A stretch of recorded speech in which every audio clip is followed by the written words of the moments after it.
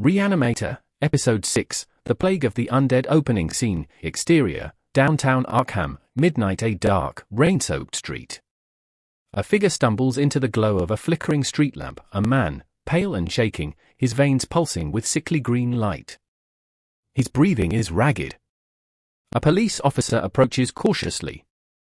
"Officer, hey, buddy, you okay?" The man lifts his head. His eyes are wild, his mouth stained with blood. He lunges.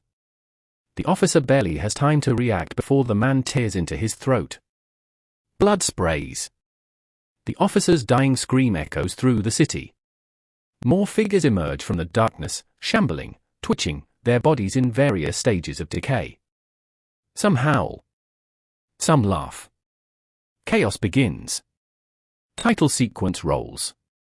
Act 1, a city under siege. News reports flood the airwaves. Violent, cannibalistic attacks across Arkham. Victims found half-eaten.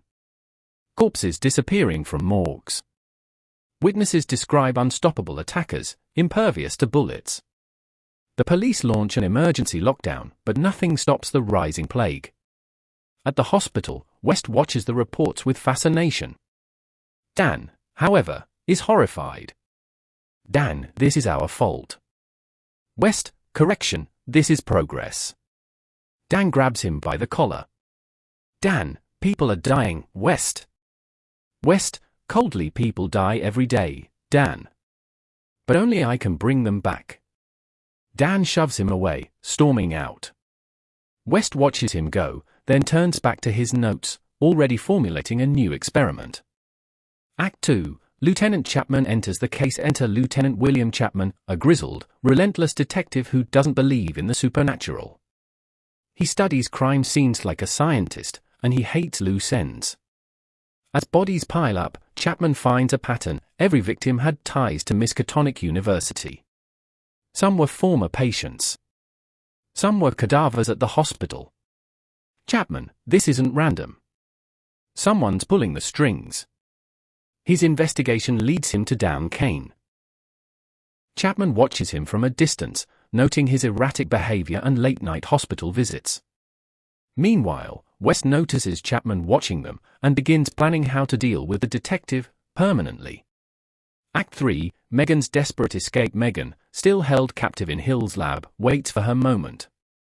Hill's experiments on her father have made him stronger, but unstable. His mind flickers between loyalty and rage. One night, when Hill's attention is elsewhere, Megan whispers to her father. "Megan, Dad, it's me. You have to remember." Her father's expression flickers, a hint of recognition beneath the monstrous haze. Then, Hill enters. "Hill, trying to undo my work, are we?" He injects Dean Halsey with a fresh dose of reagent, reinforcing his control. The Dean's moment of clarity vanishes. He snarls and grabs Megan by the throat.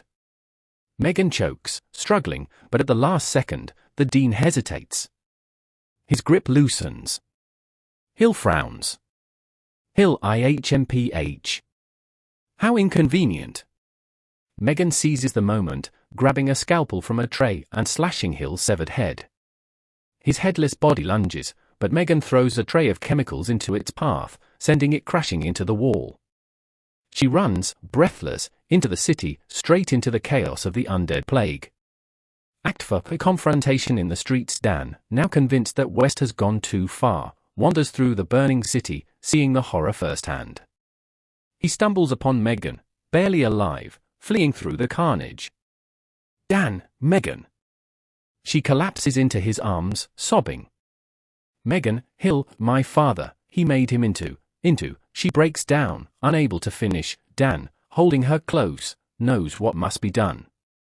Meanwhile, West watches from the shadows, unseen. He sees Megan's condition, and instead of empathy, he sees an opportunity. West, to himself a test subject with direct exposure to Hill's alterations, fascinating. Before Dan and Megan can flee, Lieutenant Chapman arrives, gun drawn. "Chapman, Dr. Kane. Drive west. I think it's time you two answered some questions." Final scene and cliffhanger. Before anyone can react, something crashes onto a nearby police car. A grotesquely mutated corpse, one of Hill's latest creations, rises from the wreckage, its body pulsating unnaturally. It turns toward them, snarling. Chapman opens fire, but the bullets do nothing. Dan and Megan run.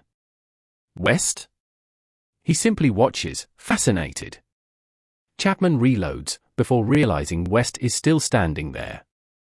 Chapman, are you insane? We need to run. West, smirking *, Lieutenant, if you really want to stop this, I suggest you keep me alive. After all. He steps forward, syringe in hand. I'm the only one who understands what's happening. The mutant corpse charges. Cut to black. End episode 6.